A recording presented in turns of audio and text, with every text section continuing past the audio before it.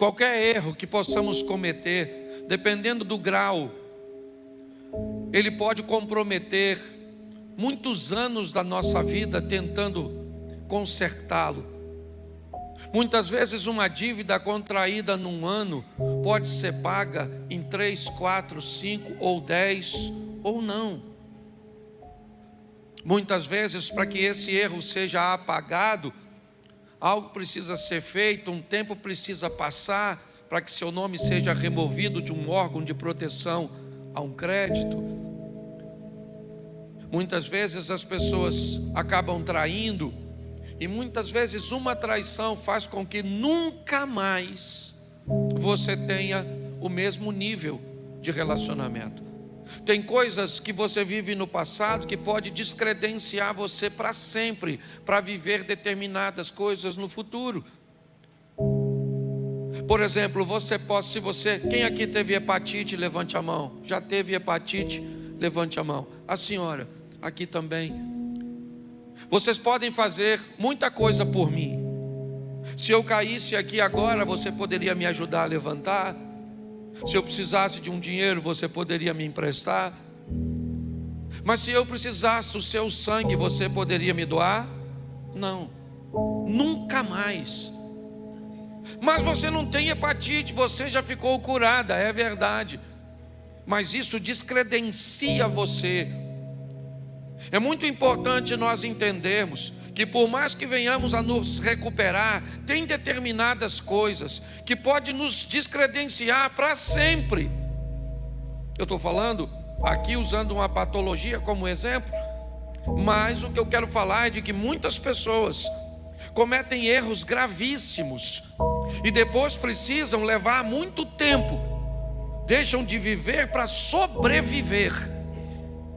Então, se nós diminuirmos esses erros, se nós nos tornarmos mais assertivos, se nós nos tornarmos mais sensíveis à voz e às instruções de Deus, essa margem vai diminuir.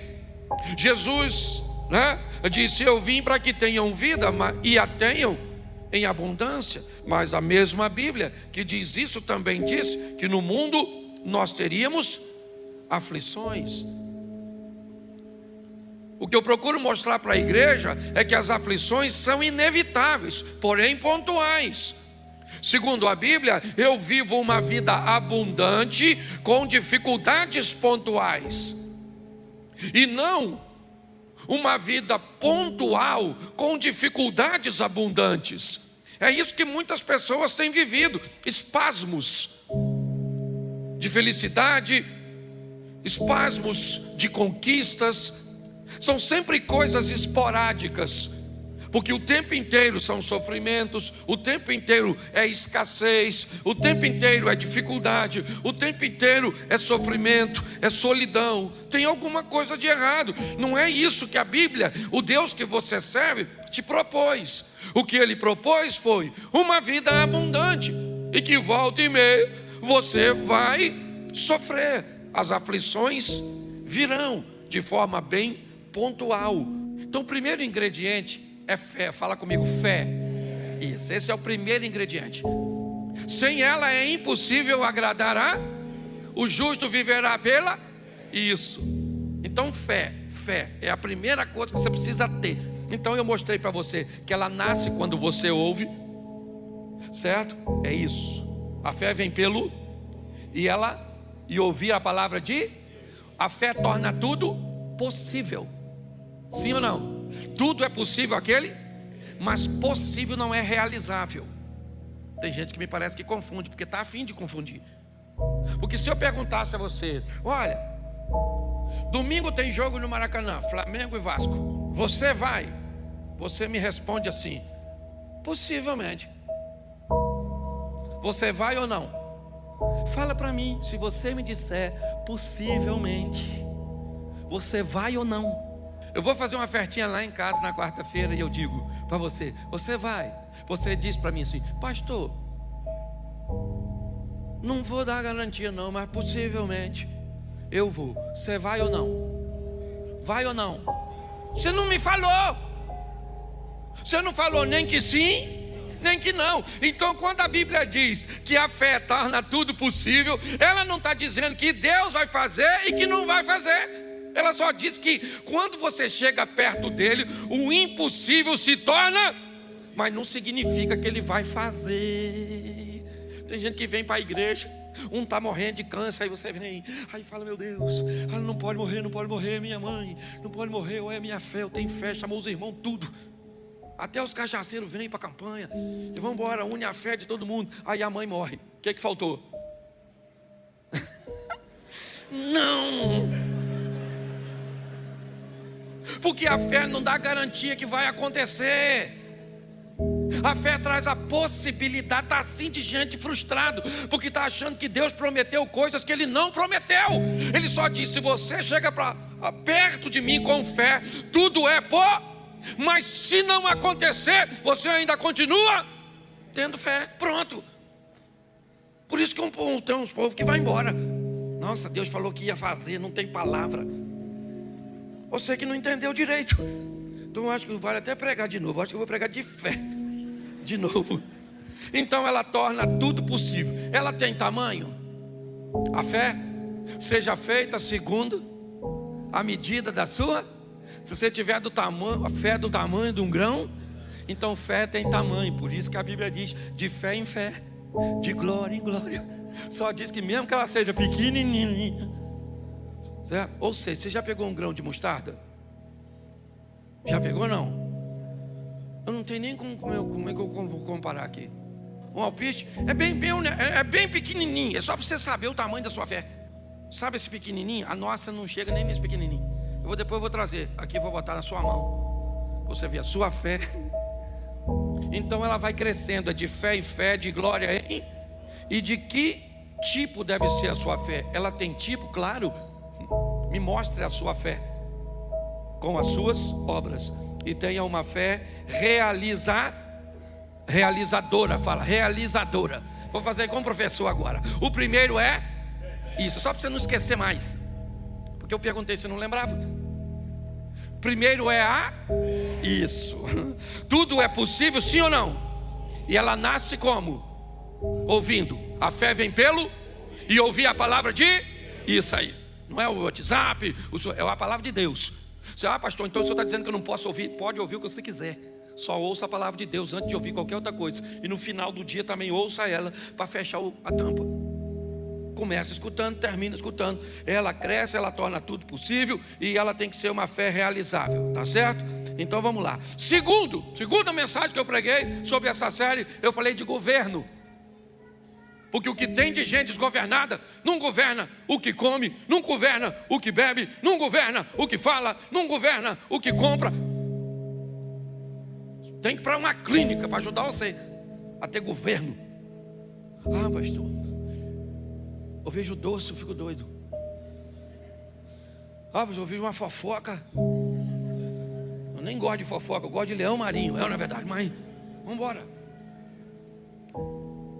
Pare e pense. Governo, está lá. A Bíblia diz: Deus criou 2 astros, um para governar e o outro para governar o primeiro para governar o dia é e o segundo para governar a noite é O que a Bíblia está dizendo é que se você quer ter uma vida equilibrada, aprenda a ter governo, quer de dia, quer de noite, quer em momentos fáceis ou momentos difíceis. Nunca perca o governo, nunca perca o controle, nunca entregue o controle de sua vida para um provocador, nunca entregue um controle de sua vida para outra pessoa.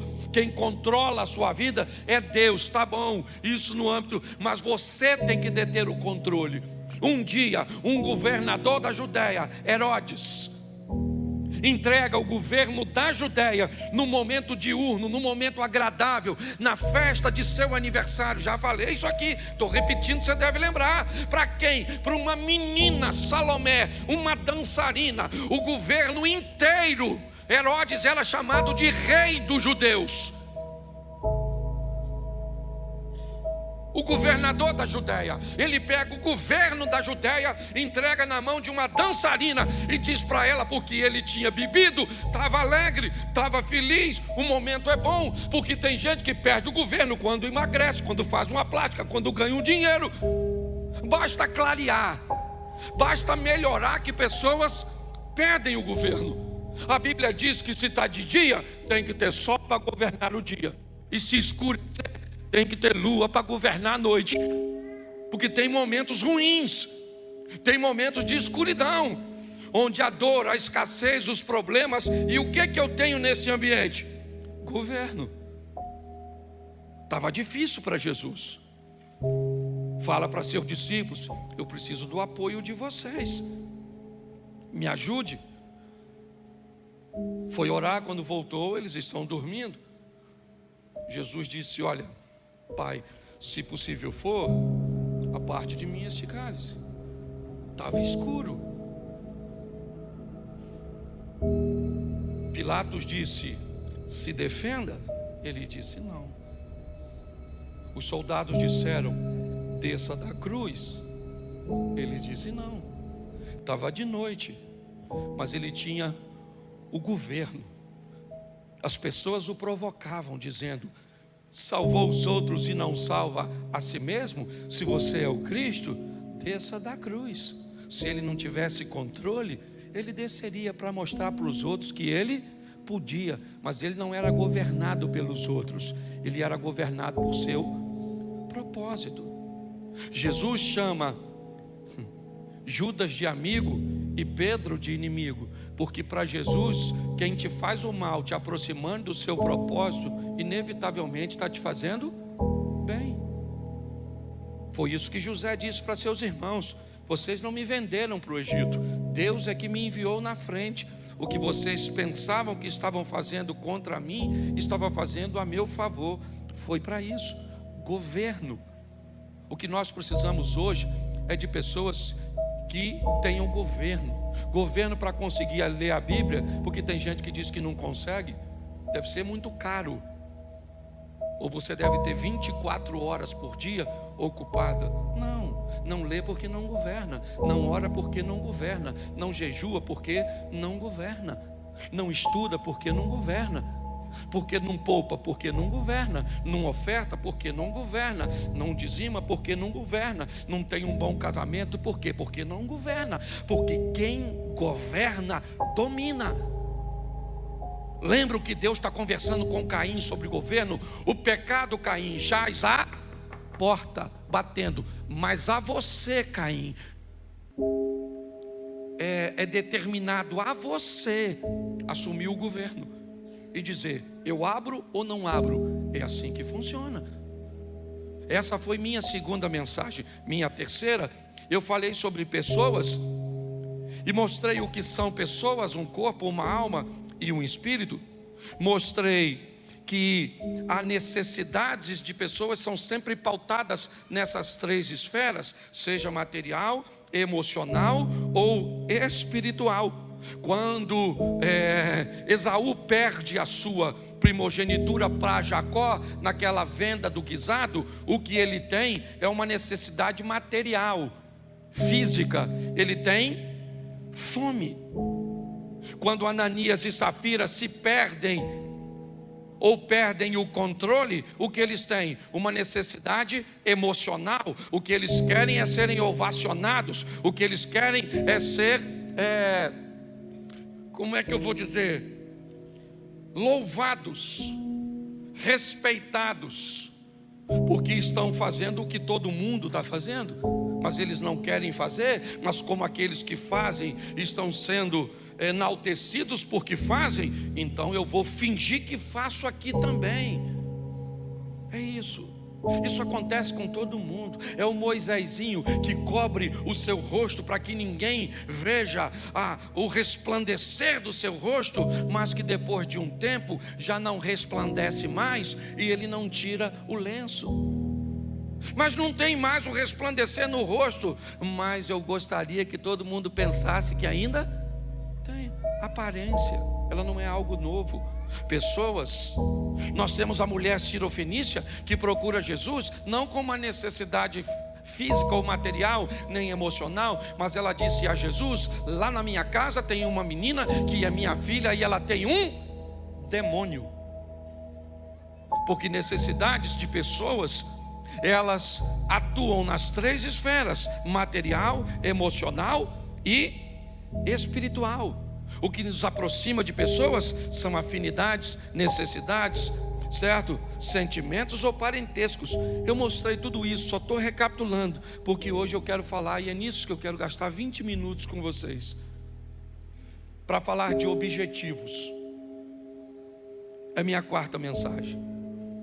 Eu preciso que você entenda isso, porque muitas pessoas têm ouvido falar de sonhos. Sonhe, sonhe, sonhe. Você tem que sonhar, você tem que sonhar. Isso, quem não sonha, né, já morreu. Então sonhe. Mas quando é que seu sonho vai virar um objetivo?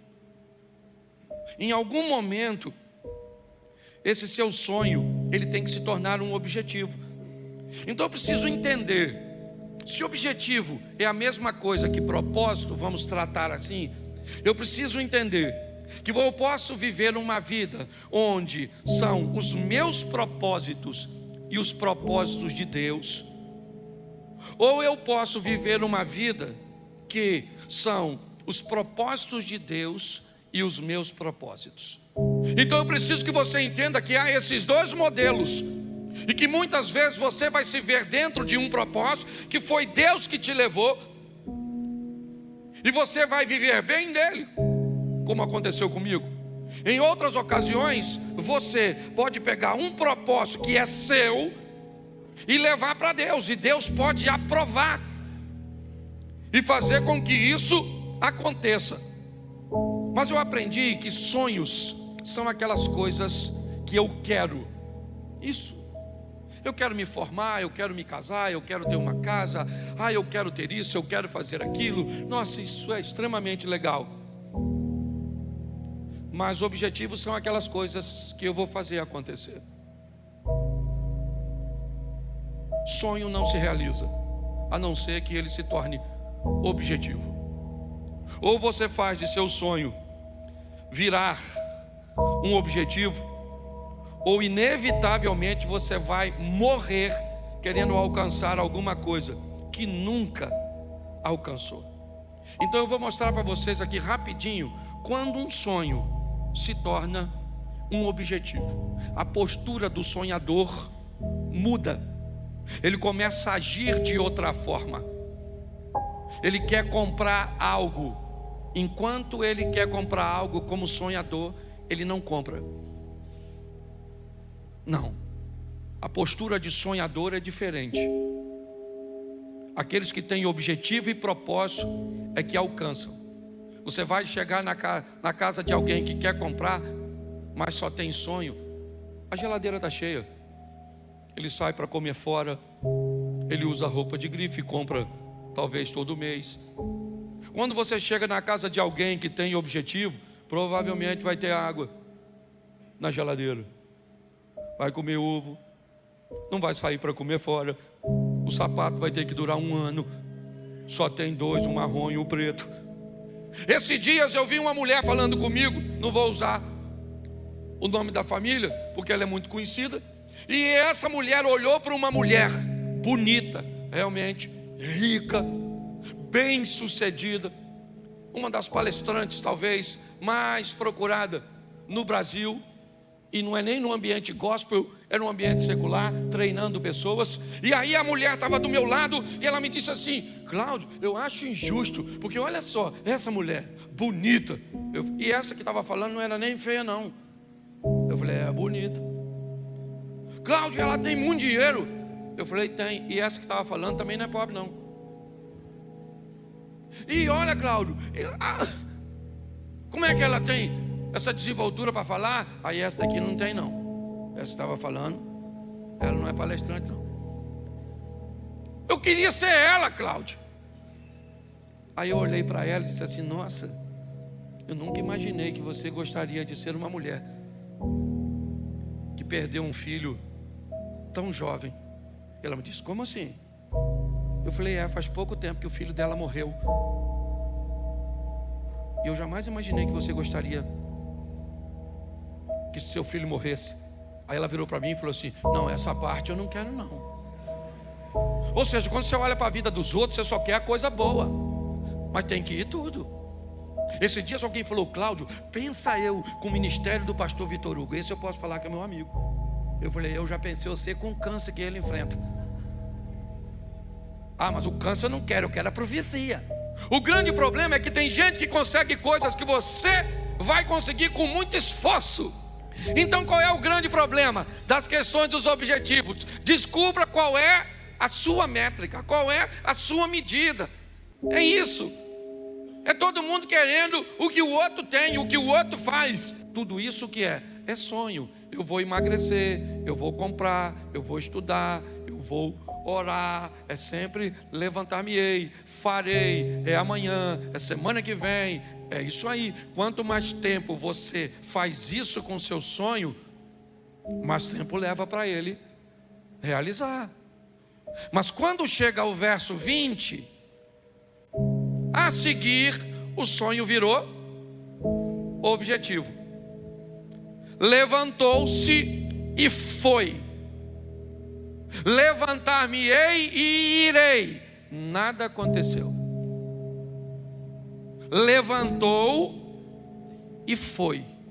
Pronto. Ali o sonho virou objetivo. Que o importante não é se você quer comprar uma casa própria. Não é se você quer melhorar seu casamento. Talvez isso até seja bem importante, porque seja a primeira fase, né? Então, como fase, o sonho é bem legal. Você quer se formar? Beleza. Você quer passar na prova? Legal. Você quer buscar intimidade com Deus? Tá certo. Mas a pergunta é: quando seu sonho vira ou vai virar um objetivo?